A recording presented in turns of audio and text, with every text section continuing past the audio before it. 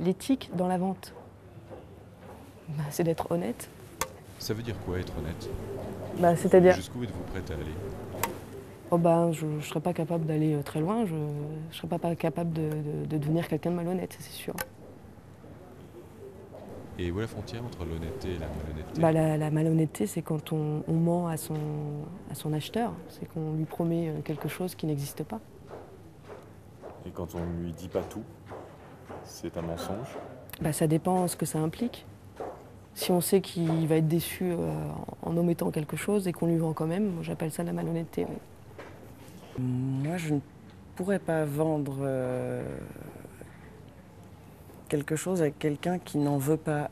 Vous allez me dire que c'est évident, mais en fait, pas tant que ça.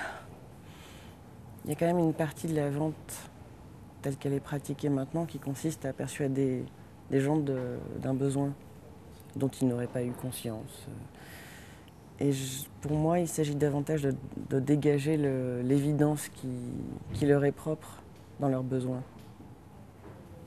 Ça produit une vente qui a un sens.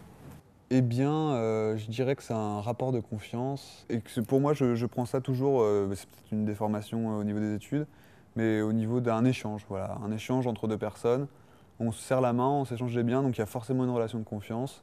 Donc l'éthique, c'est d'être toujours en relation de confiance avec de quelques côtés qu'on se trouve. Voilà, c'est ne pas déroger. Et si on commence à biaiser cette relation vis-à-vis de l'honnêteté, vis-à-vis de toutes ces valeurs-là, je pense que c'est déjà porter un coup de canif quelque part. Pour moi, c'est simple, c'est que la vente, ça doit être une relation de gagnant-gagnant. Donc c'est vraiment bien comprendre les problématiques de son client pour y répondre au mieux et de chercher à le faire grandir. Plus vous montrerez ou lui prouverez que vous êtes là pour l'aider à le faire grandir, plus il vous fera confiance, plus vous développerez du business avec lui, plus vous aurez du retour sur investissement.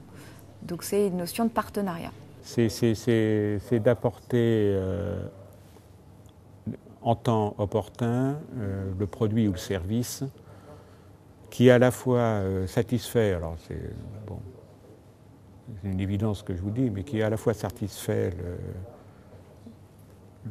l'acheteur ou celui qui bénéficie du service et à la fois l'entreprise qui donne le service. Donc, s'il y a trop d'inadéquation, je ne suis pas adepte des ventes forcing, parce que de toute façon, à court terme, ça marche sans doute, mais à moyen terme, vous perdez des clients.